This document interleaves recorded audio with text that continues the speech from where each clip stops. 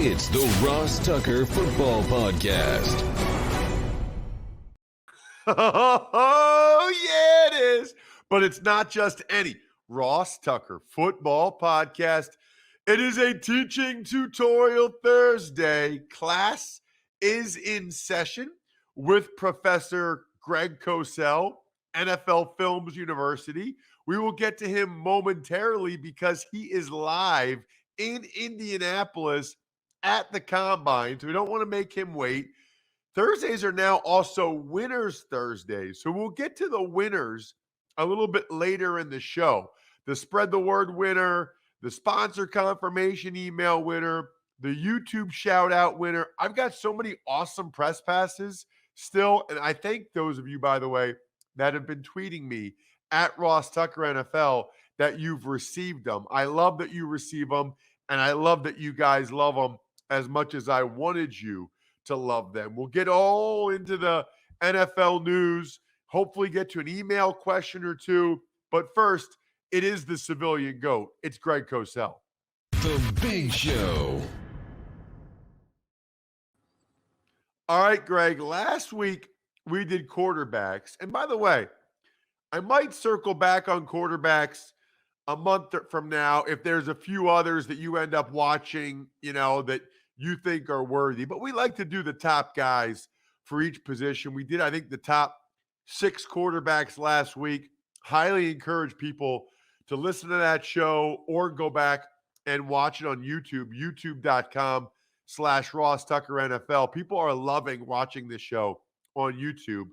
But I want to get to the wide receivers. And I want to start with just the group, Greg, as a whole. It feels like both going into the draft and based on rookie production that we've had 2 really good receiving groups in a row. Yeah. And it sounds like maybe this is another one. Do you think that what do you think of this group overall? I would say there's a lot of players that I really like based on their tape that I think will transition really well. There's probably a couple that, based on my tape study, I'm not quite as high on as I've seen in some mock drafts by people you and I would both respect tremendously. So I think overall it's a really solid class with a lot of different kinds of players. As you know, Ross, I'm not a big list guy because I think, and we'll get into these 2 players, but to me, it's very hard to, let's say, compare Treylon Burks at 6'3", 225 and Jahan Dotson at 5'11", 185. I think that to compare those guys is very difficult because they're going to be seen totally differently by NFL teams and probably deployed totally differently by NFL teams, to some extent. So, that's why I think lists are very, very difficult. I try to think of it, as in terms of NFL deployment and how they'd be seen in the context of an offense. Really glad you said that because I just don't envision a team with the 23rd pick saying, we want a receiver. Are we going to go with Burks or Dotson? They're such different players. Yep. You'd have to imagine the team knows what they want. Do they want the big physical Burks kid, or do they want the silky smooth, small? I mean, they're not. It's hard to believe almost at times, Greg, that they play the same position. Yeah, and that's why, again, I know everybody likes lists, and I'm sure I'm going to be asked over the next 6 weeks, whatever it is, who are your top 5 this, who are your top 5 that, and that's very hard for me to do for the reasons we just discussed. Okay, so I guess I want to start with this because we did the same thing with quarterbacks, and you said Kenny Pickett. Is there a guy that really stood out to you, Greg? Is there a guy that you're taking notes and you're like, wow, this guy is really, really impressive? The guy who I really like, and I think in many ways he fits today's NFL when you think of the Deebo Samuels and the Cordero Pattersons, is I really like Treylon Burks from Arkansas. I watched his tape last summer from his 2020 season, and I watched his tape, obviously, from this year. And I guess I'm at the Combine, and maybe I don't know if they've done the verified height weight yet for wide receivers. I don't have that information right in front of me as we speak, but he's probably 6'3", 225. I think he's a high-level prospect. He's got the premium size, speed profile that can mismatch corners. He's got versatility to line up anywhere. You can line him up in the backfield. That's why I mentioned Deebo Samuel and Cordero Patterson. You can line him up outside. You can line him up inside. I think he's got run after catch speed. Look, people just need to see his long touchdown against Alabama, where he ran away from the Alabama secondary at 6'3", 225. So I don't think anyone would say that he's a nuanced, detailed, refined route runner at this stage of his career. Much of that can certainly be taught, but his size and his speed and his versatility, I think, really fits today's NFL. Yeah, he even said this week that he tries to pattern his game off of Deebo Samuel. So that certainly makes sense. You said, and I don't want to miss these guys because I always like to get whatever the most interesting thing is from you. You said there's two guys that you feel differently about than other people seem to. I want to make sure we get to them. So Yeah. who are those guys, Greg? I would say that it's Drake London and Chris Olave. And I've seen, again, people that you and I both respect tremendously and do the work the right way. I've seen them have Drake London in the top 10. And my film study of London, both from last summer and this year, I don't see that. He's obviously big and he's long. He's thin. He has a basketball background, so he's outstanding when it comes to catch radius. He's outstanding at the catch point.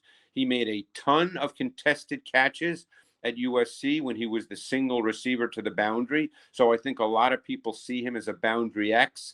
I think you can probably line him up there, but I don't know if all these contested catches against college corners who are not likely to be NFL players, that always makes me pause just for a moment. Maybe I'll be wrong.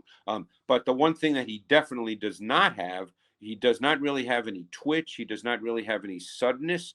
I think he's savvy, and I think he has a feel, but I just don't know, other than the size and being really good at the catch point. And by the way, those are valuable traits, but I just don't know if that ultimately makes him a really high-level prospect. You know, I talked to someone that I really respect, and we almost said, God, he looks like a big tight end.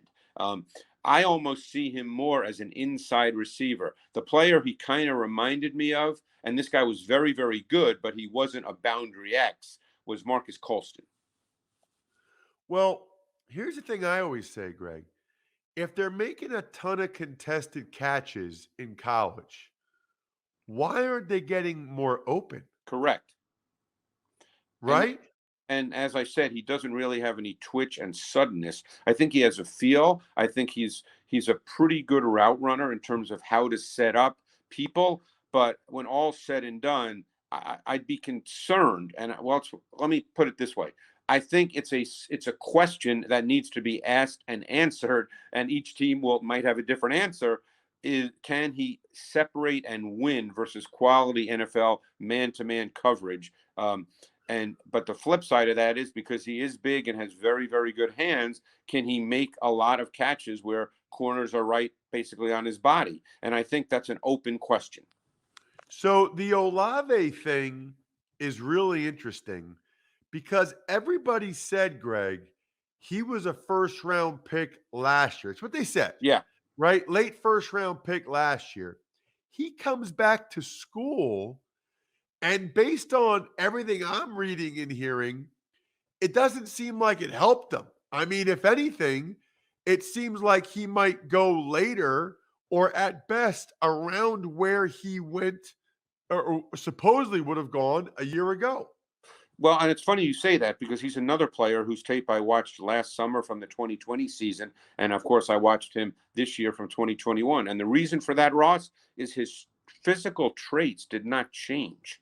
He's a smooth, fluid, outside receiver who I think will be able to get vertical in the NFL. I wouldn't call him a burner, but I think he'll have vertical ability to some extent in the NFL. I know many people think that's an absolute given. I'm not certain of that, but he's very smooth. He's very fluid. The concern that I have is there is absolutely no physicality to his game whatsoever.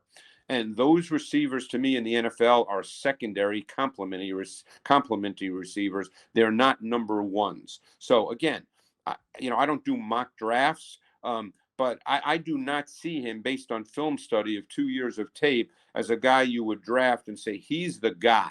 He's going to be our number one guy. I think he's purely a compliment, and then you have to decide what that means as far as where you draft him.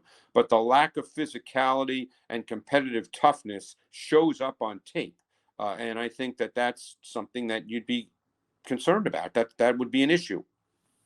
So I want you to compare him to a guy I watched every snap of his college career, and I'm seeing guys I respect like Dane Brugler that have him listed as the sixth best receiver, right behind Chris Olave. And I'm talking about Jahan Dotson from Penn State.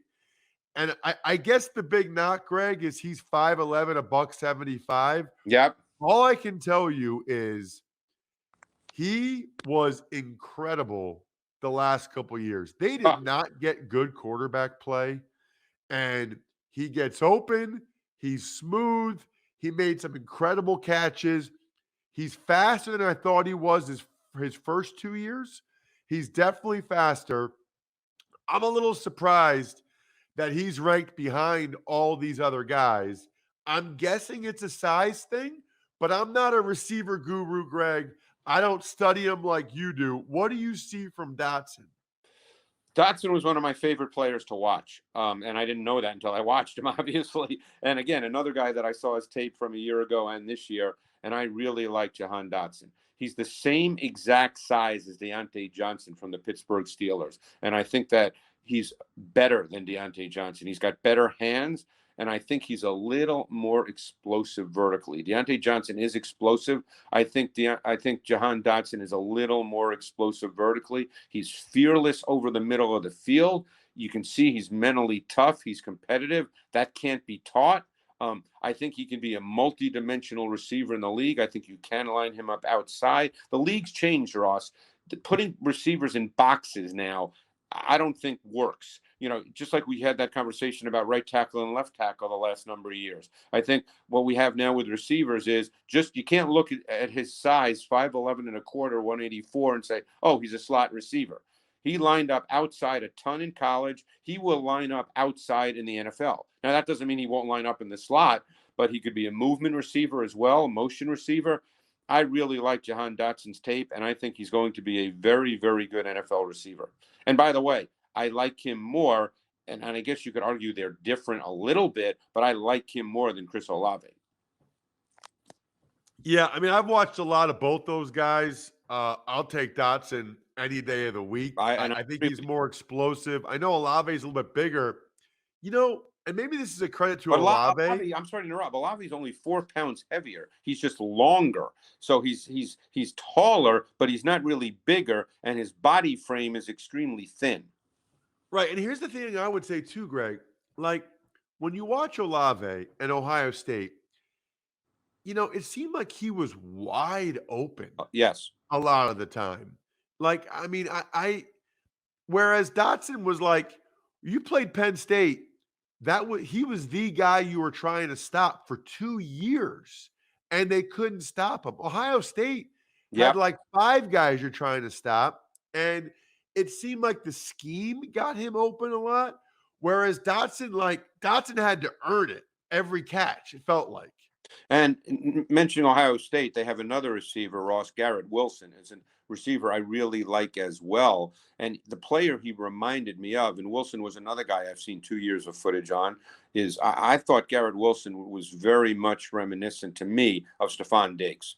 Guys who are not burners per se, you know, they're not 4.38, 4.4 guys, but they know how to run routes. I mean, you could argue Wilson needs a little more refinement, but I think Wilson has a very good feel. I think he's really good after the catch.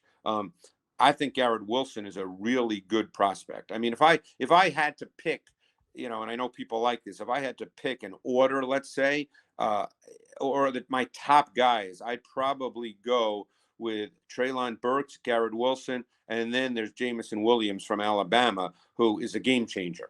I mean, this guy is as explosive as they come, and I think there's more to him than just running vertical routes. So, you know, I think those 3 guys, if I really had to say, hey, who are your top three? I think I'd have those three guys more than likely.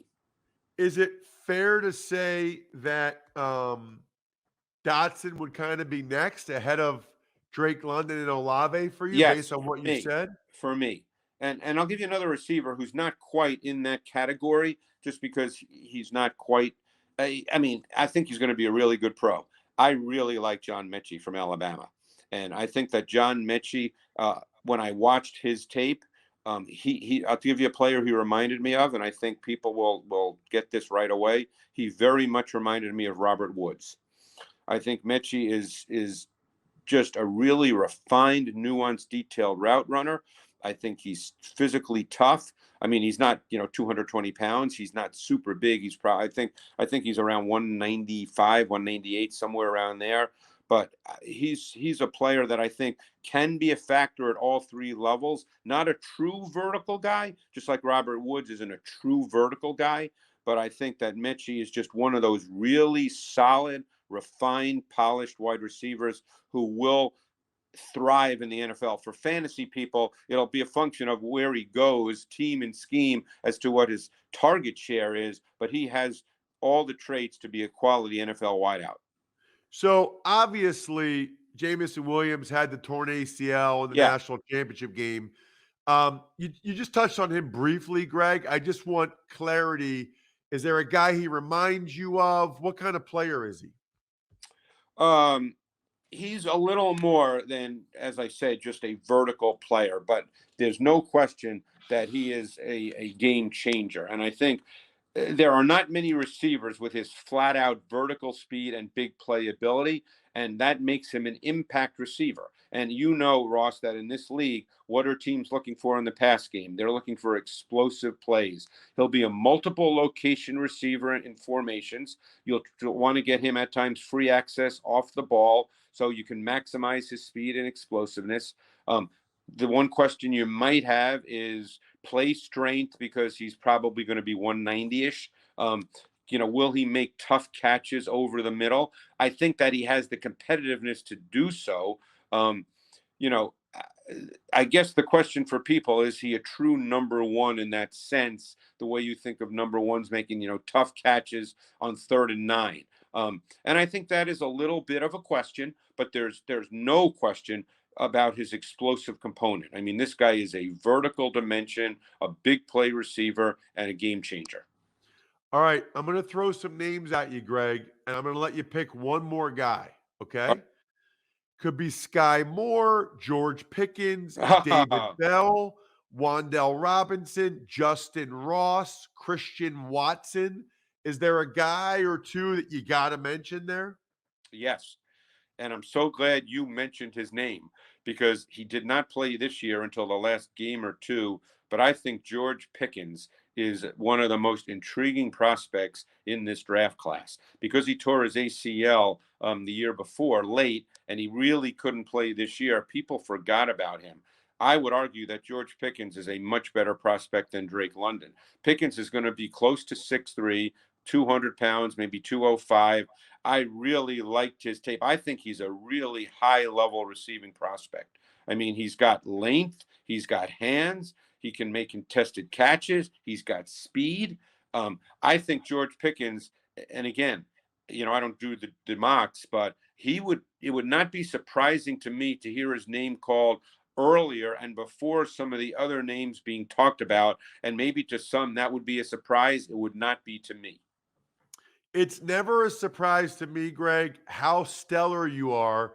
Our first time doing this on your cell phone. You're in a hotel room at the Combine in Indy, and still absolutely phenomenal. Check him out on Twitter at Greg Cosell, so you know what he's up to at the Combine and otherwise. Greg, thank you so much, buddy. Ross, appreciate it, my man. Thanks.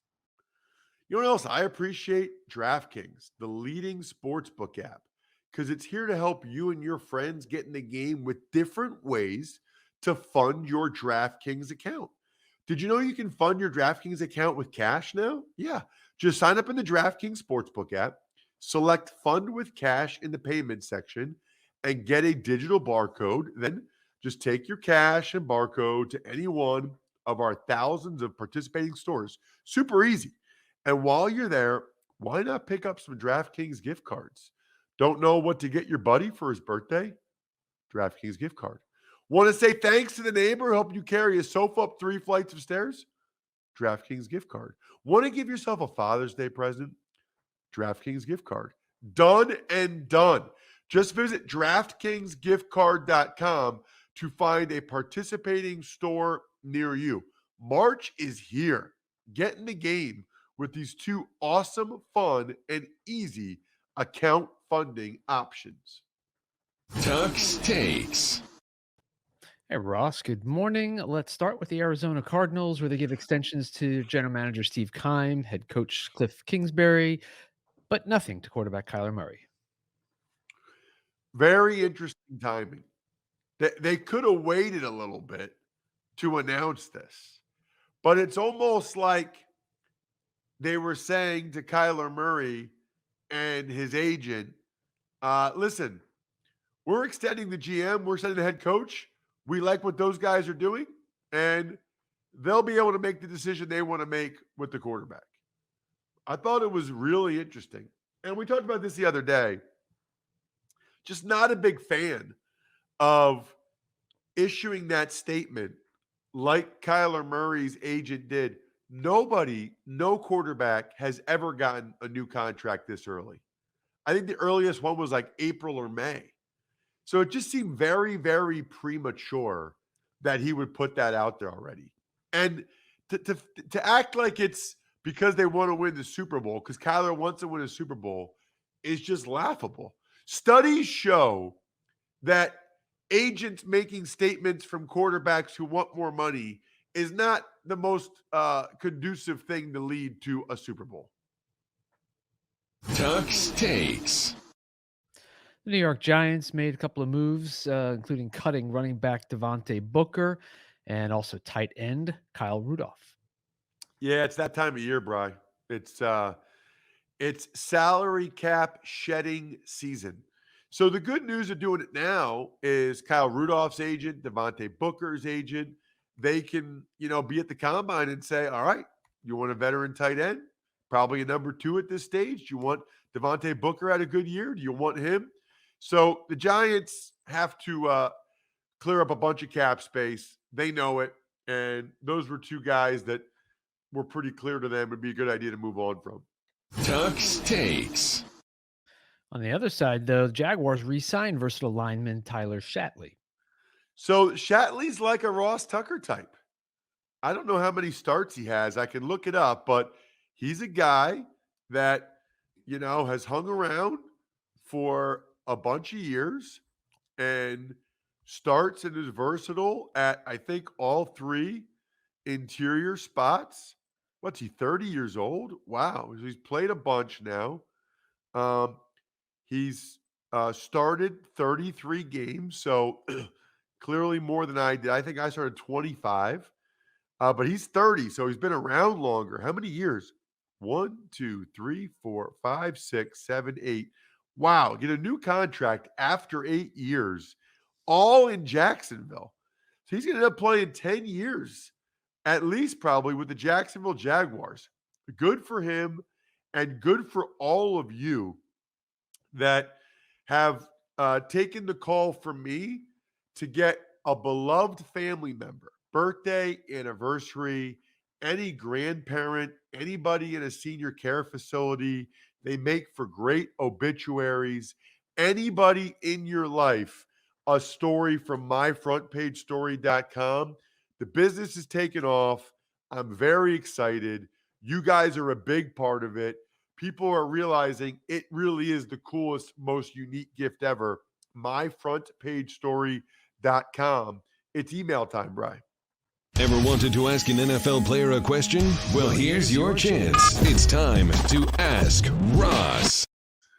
So the email address is ross@rosstucker.com. So you want me for a speaking engagement? Boom. You want to advertise on the show? Boom. You take advantage of a sponsor and you want to ask me a question and try to win one of these press passes? Boom. The answer is always ross@rosstucker.com. I'm amazed how many people are like, they don't know my email address. I say it almost every show. I guess I don't. I guess I only say it when we take an email question like we're going to right now. All right, today's question from Frederick Chino, who asks, hey, Ross, with Tom Brady and Patrick Mahomes both out of Super Bowl contention, obviously this was several weeks ago, both players were featured on this year's Madden. Most players seem to have trouble in their career after being featured on the Madden cover.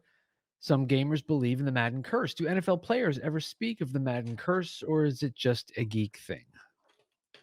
Oh, no. NFL players are aware of it, and they talk about it, but I've never seen it preclude somebody from wanting to be on the cover of Madden. You know, you're aware, you're generally aware of it. I got to tell you, Brian, it's a big reason why I said I wouldn't be on it. You know, they wanted me 1 year, and I was like, listen, guys, I appreciate that. I do think I'm the best journeyman backup interior O-lineman in the league right now. That clearly merits being on the cover of Madden, but I just can't take the chance with the curse. So I had to decline. But no, in all sincerity, nobody ever declines because it's such an unbelievable marketing opportunity and because nobody ever thinks it'll happen to them. And I don't know that the curse affected Brady or Mahomes at all. I mean, it didn't. You know, what happened in those games? Neither one of those guys got hurt. Neither one of those guys really played poorly. I guess Mahomes did in the second half, but no, I don't think that's a deal at all. Fair question, though. We got some shout outs to give out.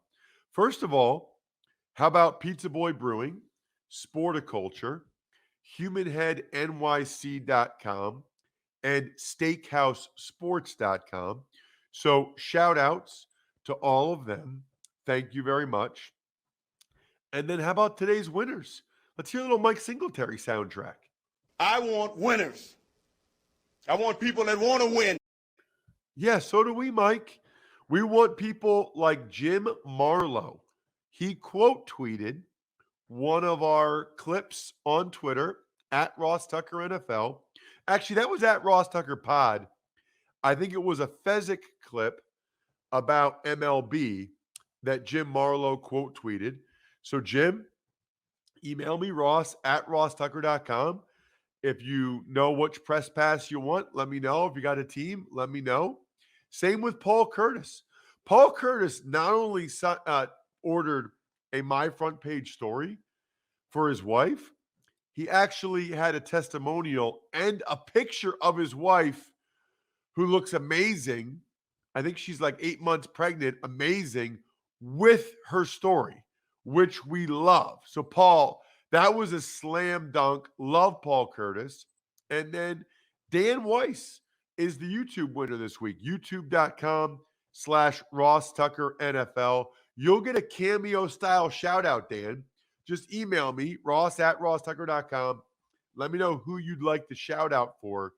Dan Weiss commented on Sean Grady on the Even Money podcast this week and said he's always down for some Madden. Other than that, I think we'll record the Ross Tucker Football podcast Sunday night again. So look for that. College draft won't be until Tuesday. Reminder, I know we're only 3 times a week. These other shows are awesome. If you haven't given them a shot, why not? Joe Dolan's fantastic on the Fantasy Feast. Emery Hunt is a stud on the college draft. And it's still me. It's still your boy. I think we're done here. Thanks for listening to the Ross Tucker Football Podcast. Make sure to also subscribe to the Fantasy Feast, Even Money, Business of Sports, and College Draft. All available at Apple Podcasts, rosstucker.com, or wherever podcasts can be found. A lot of times on the show, I mentioned DraftKings. Here's what you need to know. You got to be 21 or older, New Jersey, Indiana, or Pennsylvania only. New customers only. Restrictions apply. See DraftKings.com/sportsbook for details. Gambling problem, call 1-800-GAMBLER, or in Indiana, 1-800-9-WITH-IT. By the way, if what I was talking about included a deposit bonus, doesn't always, sometimes it does. Deposit bonus requires 25 times playthrough, and deposit bonuses are paid out in site credit.